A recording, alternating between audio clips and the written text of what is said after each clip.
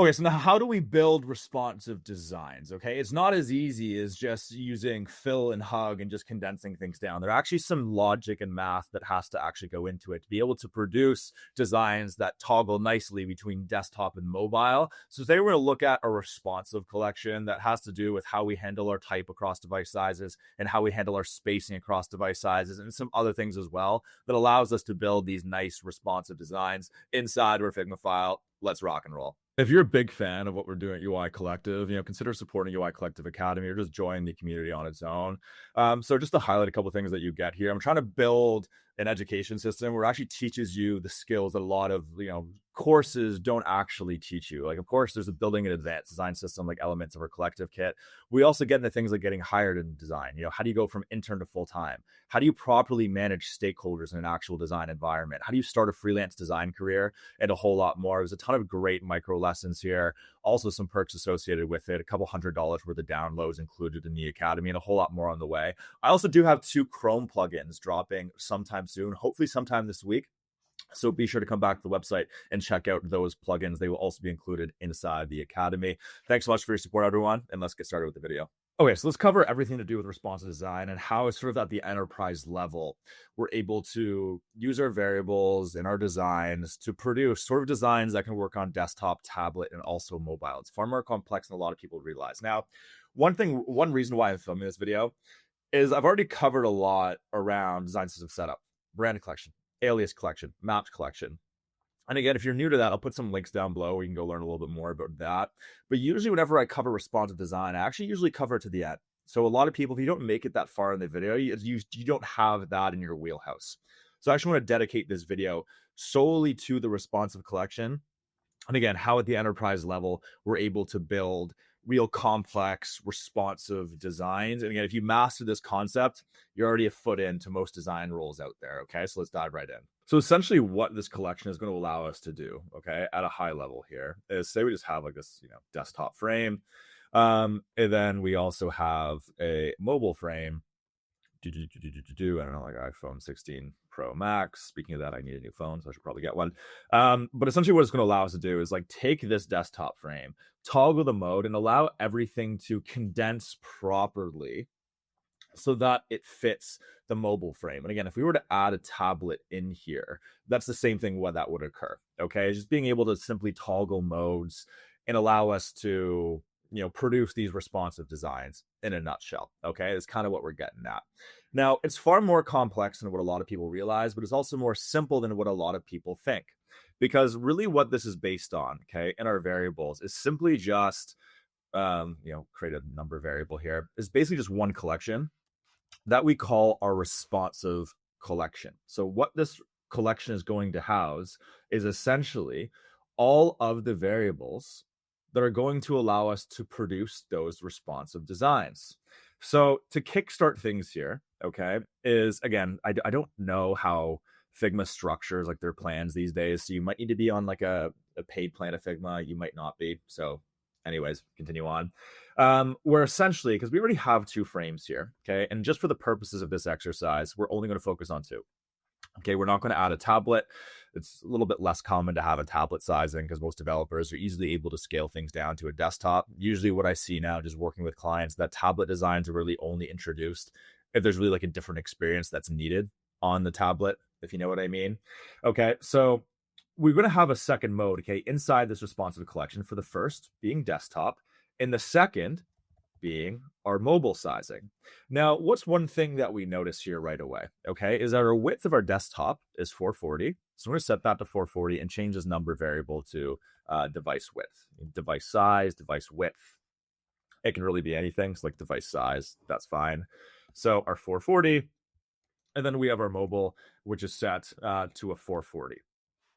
Now, when it comes to desktop and mobile sizes, it doesn't really matter. Like it absolutely needs to be this width. I've worked with clients who their desktop size is actually a 1920. I've worked with clients where they're adopting like a legacy system where their desktop size is actually a 1280, so more like a tablet size. I've worked with clients even recently where they mandate that all their mobile designs actually need to be in like a 350, so way smaller than this iPhone 16. Okay, so I just use these values, but you can really use anything that you want here as well.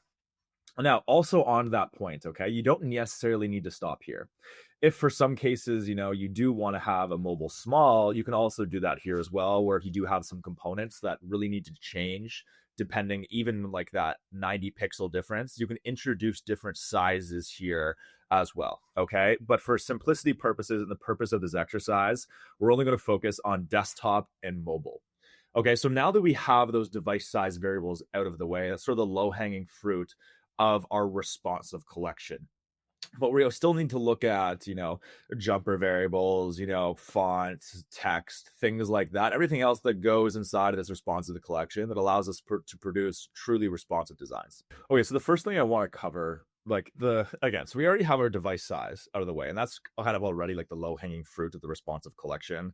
Because you don't have the size for your smaller devices, how are you going to toggle the modes to produce those responsive designs? You get me? So that's the low-hanging fruit. Now, the second low-hanging fruit that I always like to start with is actually our type, okay? Sorry, I say okay a lot. Don't mean to, but anyways. So we're going to go into, and this is where you can kind of structure your responsive collection a little bit differently.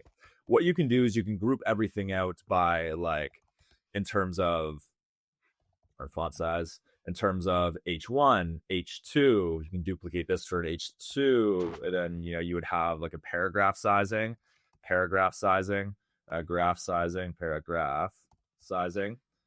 I can't spell graph. Or what you can actually do is you can group everything out into things like font size, line height, where you have like a separate grouping for all the values associated. So you'd have in your font size, you would have an H1, you would have an H2, you would have an H3, you would have a paragraph.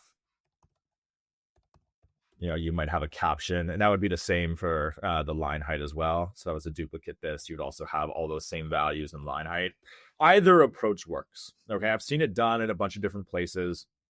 I too, working with design system clients, have also used different approaches when I'm building out my, responsive collection.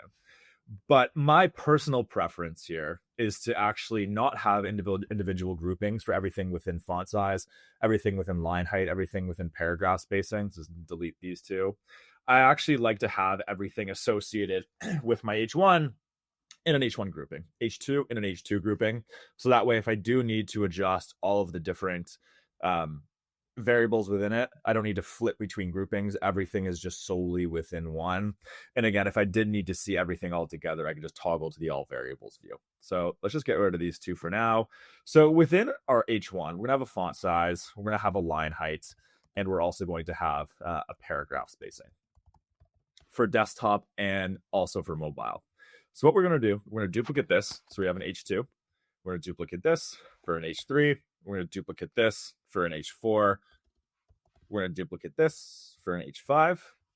And we're going to duplicate this for an H6. Then, to continue on here, is we also need different sizes of paragraphs. So I always like to have a paragraph. You can call it paragraph. It's called body. Maybe I might just call it body for now, because apparently I have trouble with typing the word paragraph. Our body. So this would be like our body regular, our body small. And then you can even also get into something like a body extra small, or what you might also be known as a caption. Now, when it comes to these, we're going to look at how to build like the math behind building out type scales. Just again, it helps us understand sort of the responsive collection.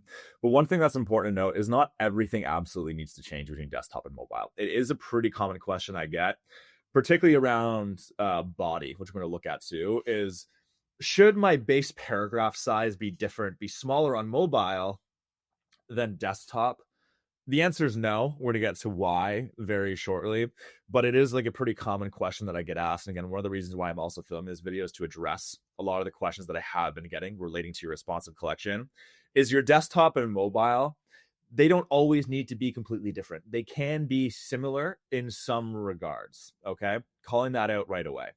So before we get into jumper variables, which is basically how our spacing is going to actually adapt between device sizes, which is most useful for things like your padding, your gap, also for your components too, I do want to build out all of the variables that we have here to start to, build a complete responsive collection.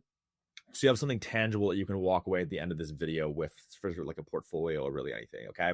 So before we get into jumper variables, let's go ahead and build all of these out together. Now, several years ago, when I first started working with design systems and first started working with Figma, and even when I chat with people all the time, sort of about the good old days with Sketch, people would manually have to actually build out their type scales, see how they liked it, and then if they liked it on desktop, they would then build a mobile size for that.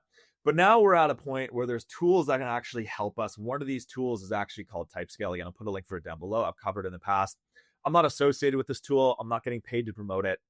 I'm not making any money from doing this. It's just generally a tool that I use all the time. It allows us to build out type scales that actually follow a mathematical equation or ratio. So, a couple things here is you have all these different scales to choose from.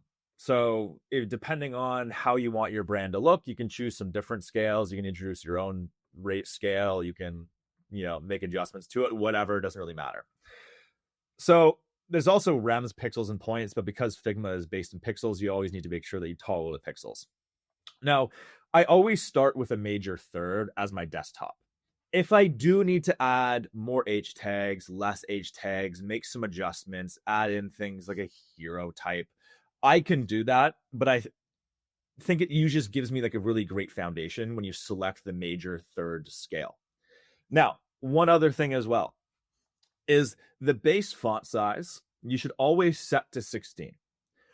Good rule of thumb in accessible design is that anything below 16 pixels, you need to be careful from an accessibility standpoint, because some fonts might be a little bit smaller, they might be a little bit thinner, where all of a sudden you have some accessibility concerns. But if your font size is 16, you rarely ever need to be cautious when it comes to accessibility. Now, what's another thing that we notice here is that so we have the major third scale. Now, what's one thing we notice is we notice that we have some decimals in here. We don't want decimals inside of our Figma variables. It's how things get a little bit messy. So what we're actually going to do, we're going to round our values here to the closest multiple of 4. And these are actually the values that are going to go inside of our responsive collection. So I just have a screenshot of the values that we have from Typescale. And again, if you're on the pro version of Typescale, you can actually add a different additional H tags, and that will impact things. So you're not just limited to the 6. So let's go through and do this starting from the bottom, where we're going to have a caption size. Now, caption size is generally 12 pixels. It's just what I see most common working with different enterprises. So I'm going to go ahead, enter in the font size here of 12. We're going to get to mobile. We're going to get to line height and paragraph spacing a little bit later on. Let's then move up. So let's skip right to our body and set that to 16, because we already defined that as our body size within Typescale. And again, for best practice, our standard body size is going to be 16. Now, I notice I also have a body small here. Is personal preference. I like to have a smaller size than our base paragraph sizing, but that's larger than a caption. So just meet in the middle, and that's just going to be 14. Okay, that's just how I do things. Then let's move up to our body large. What is one thing that we notice here is Typescale didn't give us a body large, but I want a larger body size that's not quite an H tag. Where H tags are a little bit bolder and larger, or more have more weight to it. They're bolder, they're semi-bold, whatever. But paragraph sizing is always usually regular. Now, this is just personal preference for me, but I like to have my body large usually equal the H6. In this case, it's going to be 20, which means that H6 is also going to be 20. And let's move up to an H5. Now we see it's 25, and we see that our H4 is 31.25. Interesting. So the scale that we set basically defined how much these go up. Now, we don't want to enter in a 31.25 because that's just weird. And if all of our increments are a little bit different in Figma, it kind of creates a little bit of a mess.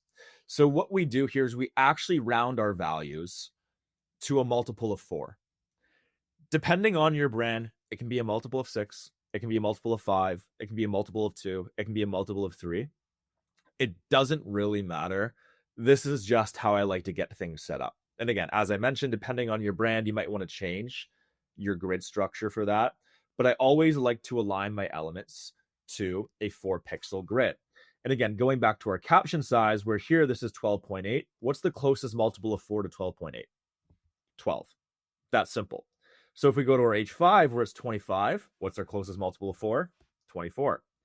Then let's go to the H4, closest multiple of 4 to 31.25, 32. Let's go to our H3, will be 40. Our H2, this here is going to be a 48. And then our H1, 48, 52, 56, 56, 60. So this will be 60 here. I hope I didn't get that wrong. Okay, so wait. 48, 52, 56, 60. There we go. Clear. Sorry. It's late in the day here. But anyways, so we have that set to our 60. Now, one question that I do also usually get asked, which is, Kirk, I need some type of marketing font that's above our H1. What you can do is you can introduce something like a hero, where again it still follows that 4-pixel grid, but maybe it might not be part of this scale, where you can actually go ahead and set this to an 80 if you really wanted to. Okay. One of the questions that I usually get asked is, if I need a size above my H1, how do I handle that in terms of responsive collection? You can really enter in anything in here if you really wanted to. It can be a 96, it can be a 128. It doesn't really matter depending on your brands. You can also have a hero, and you can have a hero small, and you can also have a hero large if you wanted to, but we're not going to get into that for now. We're only going to focus on our H tags. It's just a general question that I usually get asked. Okay, so looking at all of our font sizes here. So again, rounded, the closest multiple of 4. Hope I didn't make any mistakes anywhere. If I did, I'll be sure to correct it and tell you about it. Now let's focus on the actual line height before we get into building out the mobile scale. So now when it comes to our line height, is we actually need to do some math associated with it. And now the worst thing you can ever do when you're building out responsive designs is to guess what your line height should be. That's when all of a sudden, if you were to compare all of your different H tags, all of your different paragraph sizes, even if you have heroes as well, they're all going to be a little bit different, because the values, they don't follow any mathematical logic associated with it. So what I mean by mathematical logic is what you usually do to get your line height is you multiply a font size by a specific decimal value, 1.2, 1.4, 1.6, across all the different sizes of your font. So it would be 60 times 1.4, 48 times 1.4, 40 times 1.4, 32, 1.4, 24 times 1.4, so on and so forth. Now, there isn't a certain value that they all need to be. Again, across brands, you can do it by 1.2, you can do it by 1.3, 1.4, 1.5, 1.6, 1.1, 1.2. It doesn't really matter.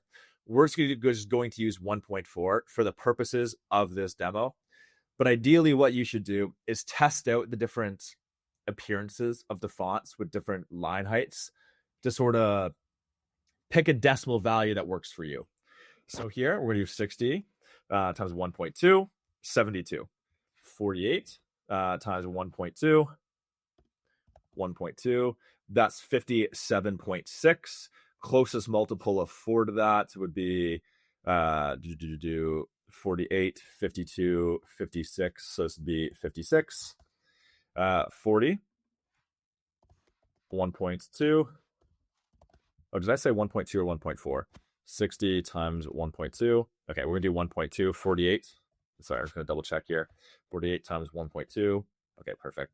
Sorry, I thought I did 1.4 there. 40 times 1.2. 48, 32 times 1.2. 38. So in this case, our closest multiple would be 40. 24 times 1.2. In this case, it'd be 28.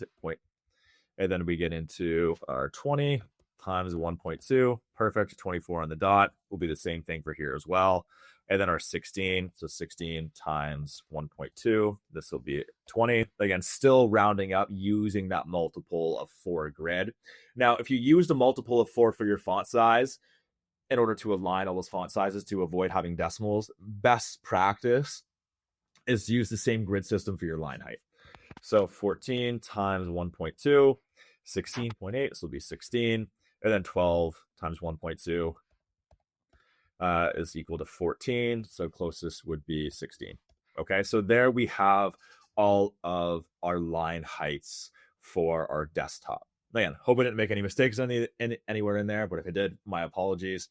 So now that we have a desktop, let's now look at our mobile. So how do we take this desktop sizing and then translate it into a size for mobile that's going to work when we swap modes to produce that mobile sizing for our designs? Now, again, I've seen cases where what designers will do, they'll have a desktop size and then just kind of guess what it should be on mobile.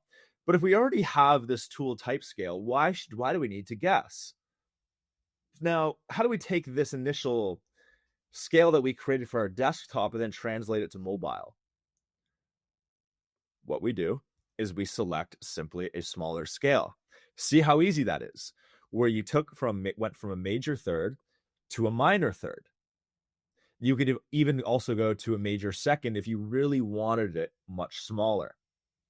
It's really that easy to build out your mobile scale. So in this case, because what we're doing is we're not having a tablet, let's maybe just go right to a minor third. Now, one urban legend out there is question that I've got asked more than once is if we have major third on desktop, would minor third be a tablet and major second be a mobile? It could. It depends on your brand. There's no one size fits all for desktop, tablet, and mobile. I can lead you to water. You got to be the one that's got to drink. You got to make the best decision for your brand in your own style of design, because everyone's style of design is a little bit different. So I always like to do a major third as my desktop and a minor third as my mobile to start. Usually for tablets, what it can be is it can be a cross between them, but tablets is kind of like a weird sizing. Chat with your devs around, even if they do need a tablet sizing. Check your designs if you even do need a tablet size of font, because oftentimes you really don't. Okay. But again, there's a whole lot of other variables that go into that. But for the purpose of this exercise, sorry, I'm going to stop this rant, is we're going to select the minor third scale for our mobile designs. Okay. Now, again, if you started with a perfect fourth, maybe you want your major third to also be mobile. Okay. It doesn't really matter. This is just what we're proceeding forward with.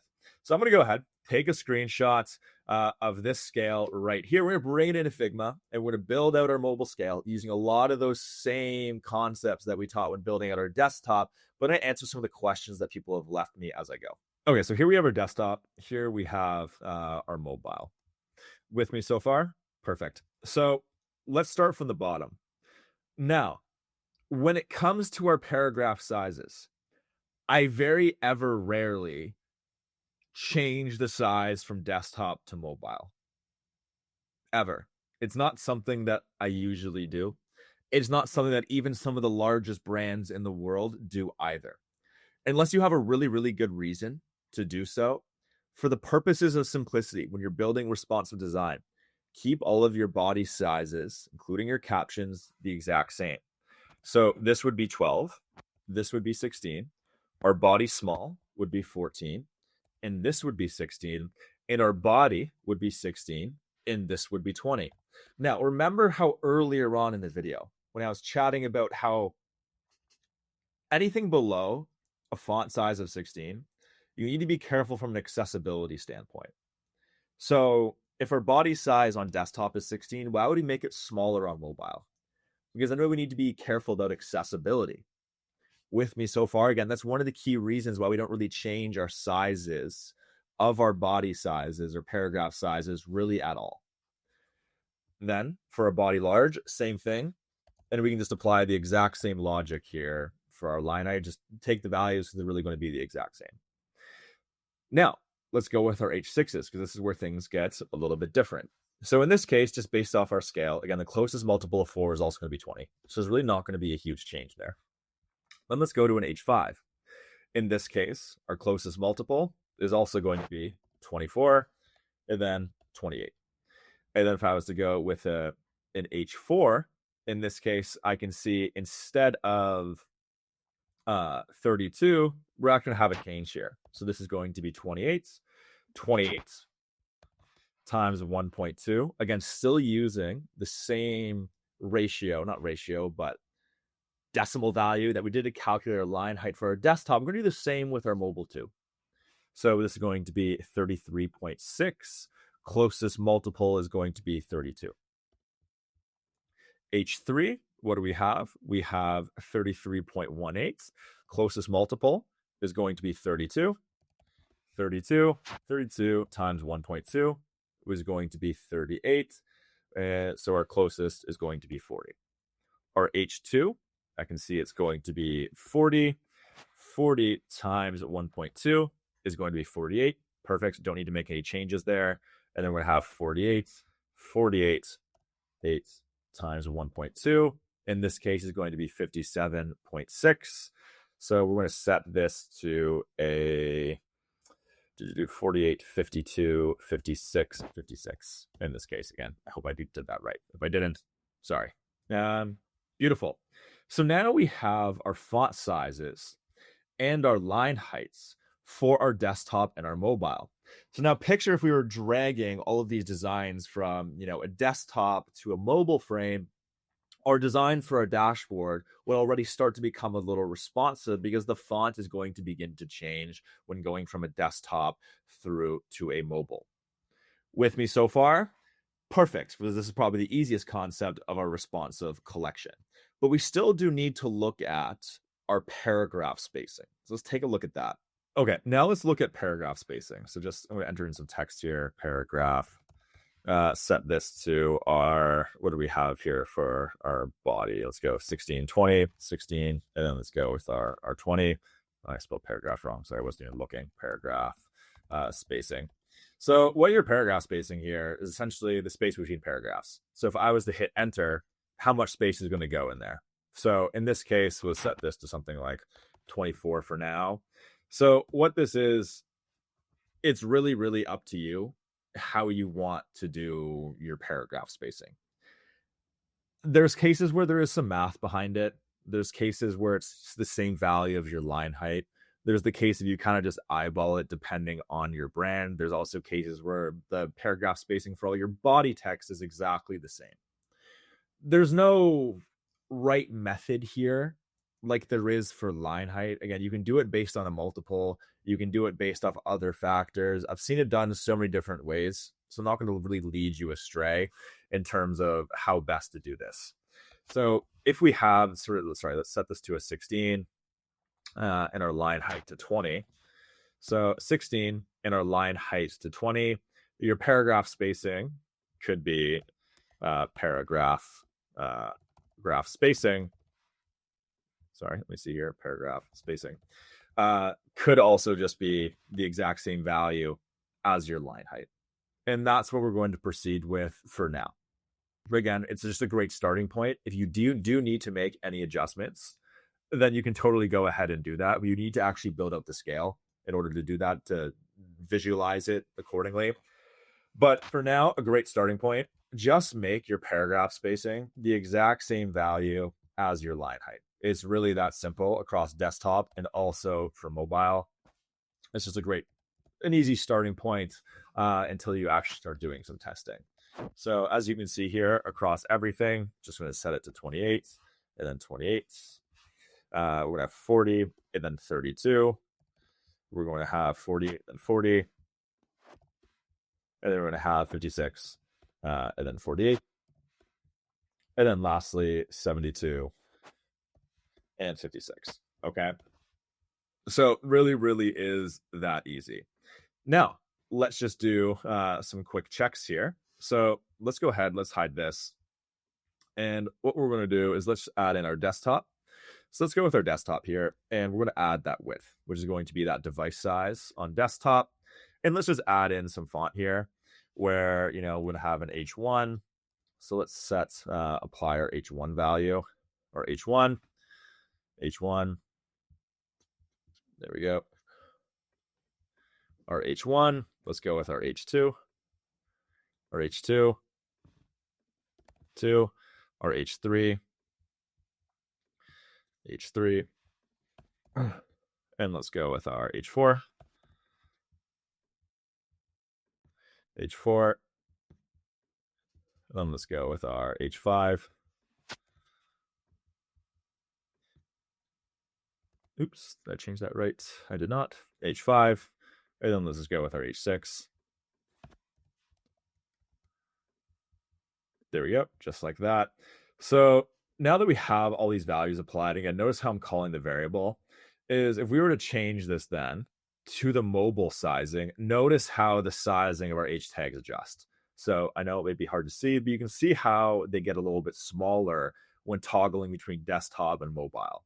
So this is really sort of the foundation of a responsive collection, is that now when we swap sizes, whether it's a landing page, a dashboard, an About Us page, or whatever it is, that the sizing is actually going to condense down when toggling between desktop and also mobile based on the size that we set inside of this responsive collection.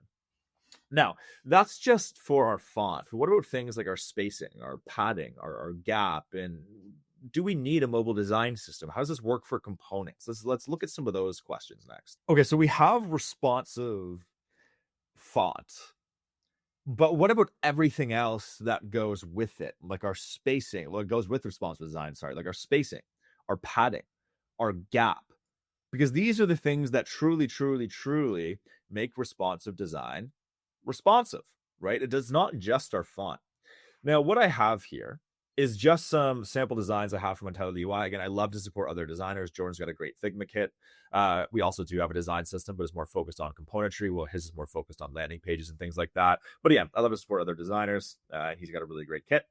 So it's really difficult to build out responsive variables for things like your padding, spacing, and gap if you do not already have designs to go off of on desktop, if you're going down to mobile, or designs on mobile that you're planning to scale up to desktop.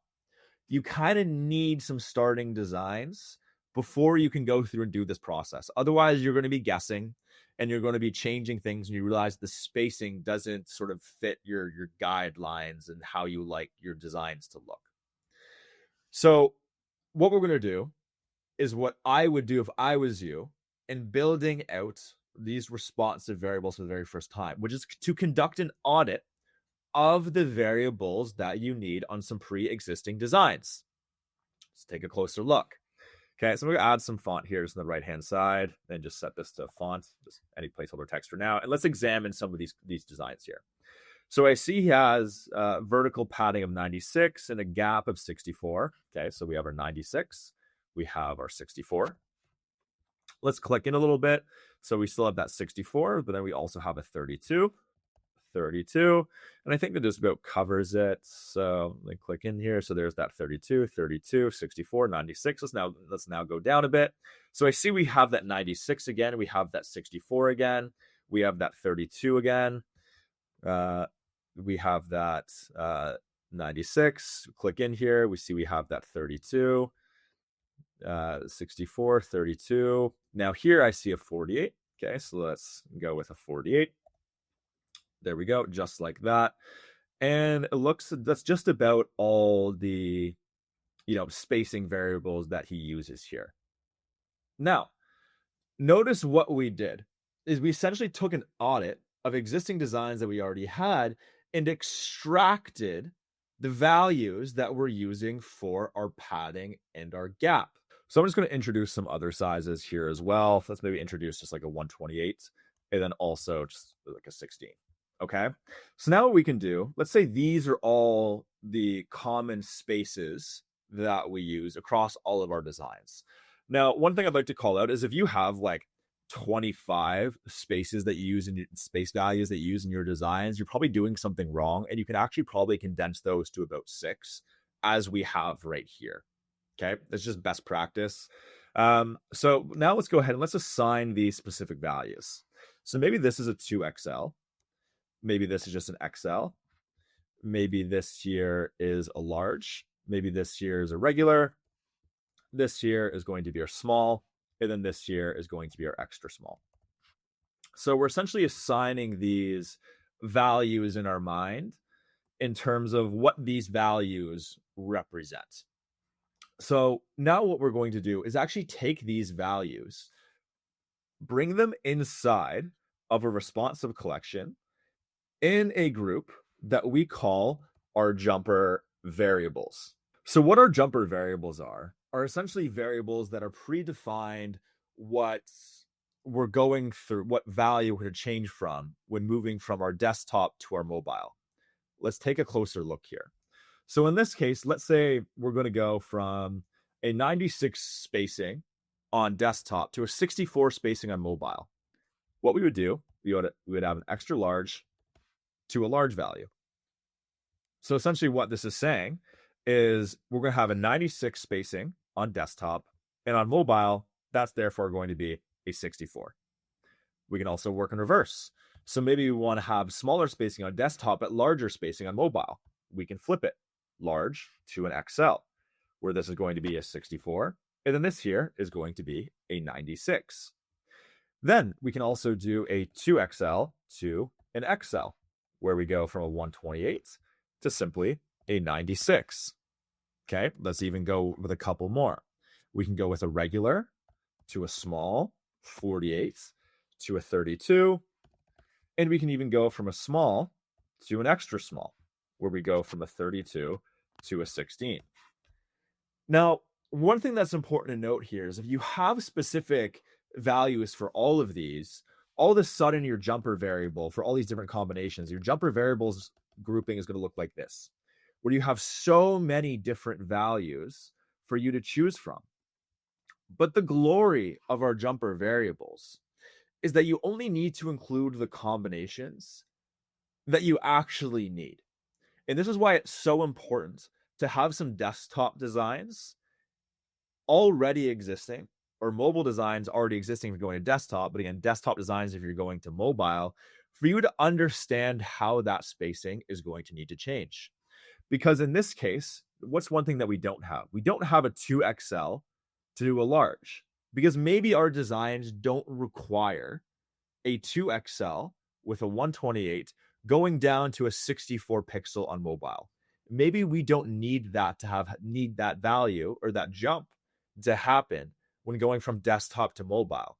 We only really need to include the combinations that we need, which is why having a set number of consistent values that we use for our spacing, our padding, our gap is so important. Because again, if we had 25 different values that we use in our gap and our padding, notice how much more complex that is than if we have sort of these consistent values that are used across desktop and also mobile too. So your jumper variables really just define what the value is on desktop and what that's going to on a mobile value. So if I was building up designs and I say, okay, on 96 on desktop, it's a 96 padding, but I actually need this to go down to a 64 on mobile, I would therefore apply the variable of our XL to our large, because I would know that would create the jump that I would need in order for my designs to look good on a smaller device. Okay, so I want to look at this in action. So let's just add in just a desktop frame here. So let's go with the desktop. Oops, we're really zoomed out here. And what we are going to do is just, let's maybe just add a square in the middle here. We're going to add some auto layouts inside here. Okay, so we're going to set that auto layout, maybe just on that horizontal padding to our jumper variable. Let's go with a 2XL to an XL. So make sure it's centered. So we have 128 all the way around. And again, let's set this to fill. There we go. So we have 128 all the way around. And then if I was to swap this out at the mode level for our mobile, Again, remember what value we assigned. We're going from our 2XL to whatever our XL value is. I can't remember where I put that little scale. So our 2XL to our XL, we're going to a 96. So if we were to select this, simply toggle it to our mobile, notice now what happens. But because I didn't adjust our width, sorry, let me undo that. Sorry, I lost the effect. We need our device size width too, okay? So don't forget that. So now if I go from our desktop to our mobile, look what happens. It's now a 96 because we applied the jumper variable that's defining that on mobile, we need to go to our XL value and not our desktop value. So that's really how jumper variables work in a nutshell, where I go from a desktop, that's 128, to a mobile, that's a 96. Now, this is what's so important too, that a lot of designers don't realize. You can't get it right first try. You kind of need to do some QA on your own, toggling between desktop and mobile to come up with the sizes that work right. Because in this case, 96 still looks a little bit awkward. So I actually might want to introduce a new jumper variable that goes from a 2XL to, let's maybe go to a regular. So now we're going to go and apply this. So a 2XL to a regular. So a regular is going to be 48. So let's go ahead and just change this to desktop for a sec and change that out from a 2XL to a regular. So it's still going to remain 128 on desktop, but now when I swap that to mobile, because we applied a different jumper variable, notice now how we're taking up more space of the frame. Okay, but remember before it was kind of like the space around this square. It was a little bit almost too much, where a square was too thin, where that wouldn't provide a good mobile experience. By adjusting the jumper variable, now all of a sudden it's a 48 and it looks a little bit more natural. Okay, so whenever you're building out your jumper variables, you need to do this level of auditing, trial and error, going from desktop to mobile to introduce new jumper variables, take jumper variables away, introduce new spacing variables if you really, really need to as a last resort, and play around with the different jumper variables that make most sense for your design. Now, it's a pretty common question that I get asked, which is, Kirk, jumper variables are super confusing when I need to apply them to components. Now, let's dissect that. Do you need a responsive component for absolutely everything? Let's show you what I mean. Where if we were to have just like the simple, button like join UI collective. So let's just go ahead, add some auto layout. Let's set this to our body. Where is it? Our text body, our font size of 16. There we go. Sorry. Let's just center this text, set it to hug. And maybe just set this to like 12 and like 12 and add a quick fill. Try to find like a UI collective purple, whatever, like this, and then set this text to white. We're going to call this our button, and we're going to create the component of this. Okay. Now, this on its own is if we were to bring this in here, and let's set this also, let's copy this, and also so we have a desktop with it. Sorry, I was getting set up here. Is if I was to bring in this button and then also bring it in on mobile, would it be super critical if this button did not shrink down? Not really. The difference on mobile, what would it be? 2 pixels in terms of going from like maybe a 12 to like a 10 in terms of your spacing. Is that really noticeable for a user? Is it really going to save that much space? The answer is no. Okay. It's a common mistake that a lot of designers make when they're building out a design system, is to assume that they need a mobile design system. So have components on desktop, but then also on mobile. But I'm willing to make a bet, as someone who builds design systems for a living and has probably built 200 plus design systems, is that 98% of your components do not need to change when going from desktop to mobile. As much as you might think that it creates a more complex design system or a more robust design system, what it does is it adds unneeded complexity. Same thing with fields too. if you were to have a field, again, I'm not going to build out a full field component. It's just to save time in this video, so you don't need to watch me do it. If I had a quick radius here, set this to gray and set this to a fill on the inside. Set it to like, a slightly lighter gray so we can see it. So if we had like this form field here, would this also really need to change going from desktop to mobile? Again, not really, because the spacing, like the height of it, would be such a small difference because we still need the top target to also be big on mobile. So that's another component that we wouldn't need a mobile size for. Again, you can have it if you want to, but I'm trying to make the argument that only few components actually need a mobile specific variant. Okay, let's take a look at what one of those components are. So you'll see what I mean in terms of, okay, what are the components that we would need a desktop version for and also a mobile version for versus which can stay exactly the same. So what I have here is all the elements that would go into a top nav bar. So let's say we have our logo, we have some nav items here, so maybe this is like home, maybe this is about, maybe this is pricing, just basic stuff like that. And then let's add one more, services, features, set this to something like 24, space between, and we have some buttons here where at the end we might have log in and then sign up. There we go.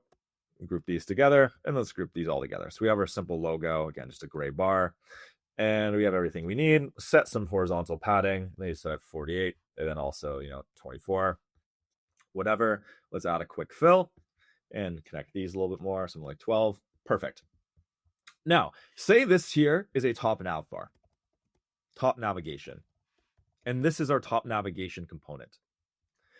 Looking at this, would a developer be able to fully grasp what this design would look like on mobile?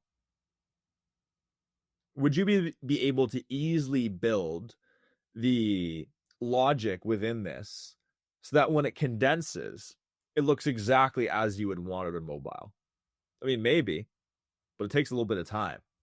Whereas if we go back and look at our button, would you be able to tell what this button would look like on mobile? Yes, it should realistically be exactly the same.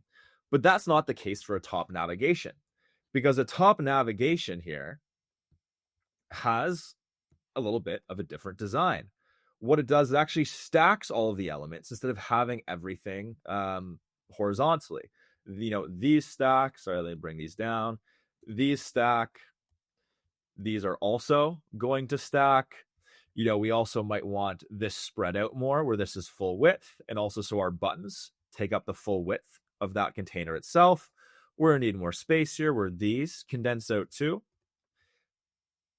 And another thing we realize, shouldn't be centered. Maybe these are left. Another thing too, we might also want a little bit less space around our menu. And we'd also need an X icon too. And we can adjust the space here even more. So maybe our buttons are always at the bottom, but here our nav items are a little bit closer to the top.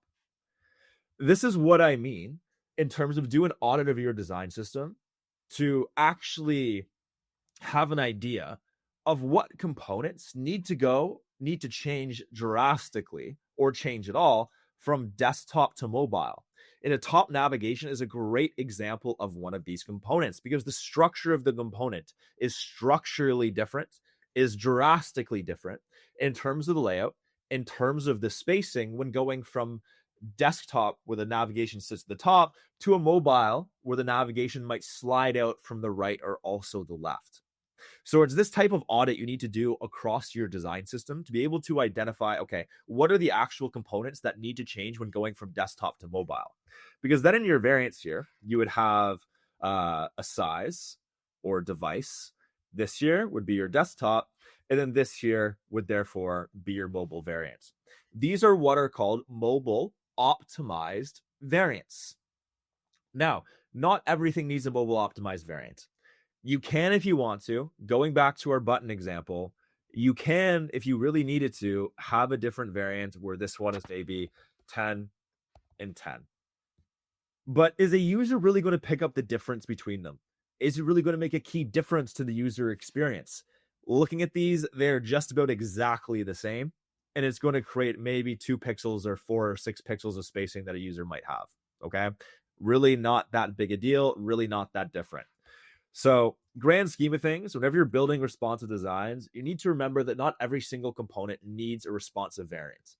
Go through, take an audit of your design system, and identify what are the actual components that do need a mobile optimized variant that cannot be solved by using your fill hug properties when going from a desktop mode to a mobile mode.